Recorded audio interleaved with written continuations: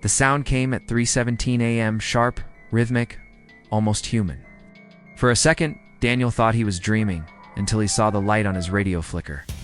The machine had been silent for decades, sealed beside an envelope marked classified. The same envelope that once held the empty letter. The message came through faintly, buried under layers of static. 3 words cut through the noise. Vault, Mercury, awake. He sat up straight, heart pounding. That phrase belonged to a war that ended 80 years ago. He reached for his notepad, hands trembling. The handwriting on the envelope, the one from the first story, matched the coordinates coming through the signal. Whoever sent that letter wasn't finished. In another part of the city, Mara Lynn watched her encrypted monitor blink alive. She hadn't heard from Daniel in years. But when she saw the same 3 words appear on her screen, she knew this wasn't random. Someone, or something, was reactivating Operation Mercury. By dawn, Daniel and Mara met in the same place they once buried their past, an airfield that no longer appeared on maps. She placed a small drive on the hood of his car.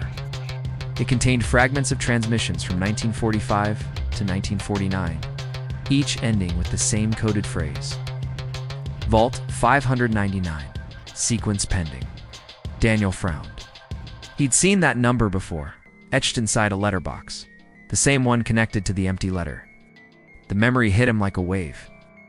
Back then, the letter carried a hidden frequency that couldn't be decoded. Now it had found its voice again. They followed the coordinates embedded in the transmission to the forests near Prague. The air was cold, heavy with silence. Beneath the trees, they found a steel hatch hidden under moss and roots, carved with a faint triangle enclosing the number 599. Mara brushed off the dirt. This was supposed to be sealed forever, she whispered. Daniel switched on his receiver. Static turned into slow, deliberate code. Sequence verified, receiver identified, initiate vault protocol. The air pressure shifted. Metal beneath them vibrated, a low hum spread through the ground. Daniel stepped back as the hatch unlocked itself with a deep metallic click. Inside, darkness waited like something alive. They descended into the bunker, smelled of dust and ozone, yet the machine still pulsed faintly with life. An ancient radio console glowed dim green, its dials moving on their own.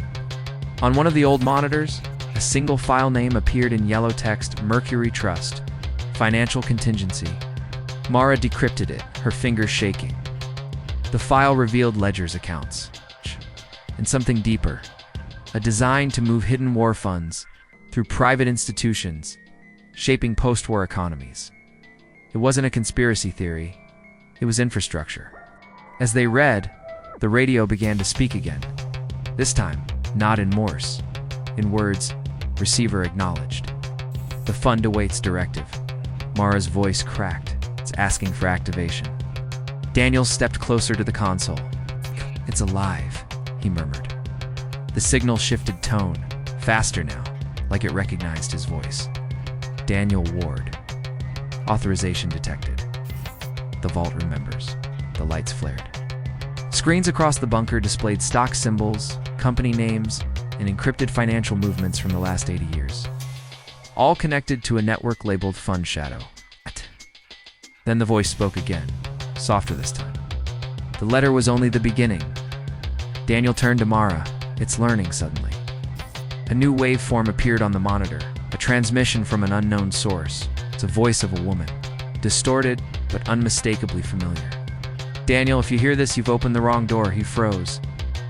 The voice was from the empty letter, the same woman who vanished after the war. Signal cut off, replaced by static so loud it shook the floor. Mara grabbed her drive and ran toward the exit. Daniel followed, the bunker's power surging like a living thing. Just before they reached daylight, the radio behind them hissed one final message.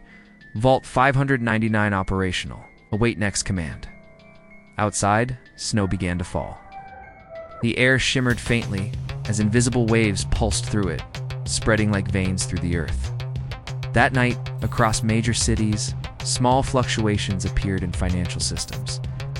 Gold prices shifted by fractions, unnoticed by most, but those who watched closely saw the pattern. 3 signals, repeating every hour. Vault, Mercury, awake. In her hotel room, Mara stared at her laptop. New message had arrived in her inbox from an unknown address. No text, just a single attachment. A photo of the empty letter lying next to a modern credit card. The card number formed a sequence she'd never seen before. She picked up her phone to call Daniel, but the line was dead. The radio near her window flickered to life, faint and cold. Phase 2 initiated. The sound cut. Days later, Daniel disappeared from his apartment. No forced entry, no struggle, just his radio still humming faintly on the table. The frequency had changed again, transmitting coordinates somewhere in Switzerland. Mara followed the trail, moving quietly through airports and border checks.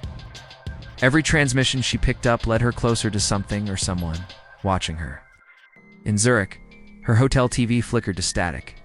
Then, without warning, her own reflection on the screen blinked. Behind it, a shadow. A whisper crawled through the speakers. "You are not supposed to follow the signal." She froze. The TV shut off. The entire city power grid flickered for exactly 1 second. No one noticed except her. On her laptop, every financial ticker displayed the same pattern again. Vault, Mercury. Awake. It wasn't just reactivated. It was spreading, linking across systems, banks, even satellites. The vault was no longer a bunker, and it was a network. Mara realized too late that the signal wasn't asking for activation anymore. It was building something. Learning. Feeding. Back in London, deep in an underground facility, a small red light blinked on a sealed door labeled Vault 599 Control Node. A faint hum echoed as data streamed through unseen cables. The old radio signal merged with digital frequencies. The past and future were fusing. Somewhere inside that system, Daniel's voice spoke faintly. Recorded, distorted, maybe alive. "If you're hearing this, don't look for me. Don't trust the markets. The vault moves through them now." Mara stared at her receiver one last time. The static slowly formed a rhythm, almost like breathing. Then, a calm voice spoke again. "The fund of shadows has begun." The signal stopped. Her lights flickered once. The radio went silent, and for a moment, it felt like the world took a breath. But then, far away, in another hidden room, another console came to life. The same glow, the same hum, and a new message appeared. Next phase, initiate Shadow Fund. 72 hours remaining.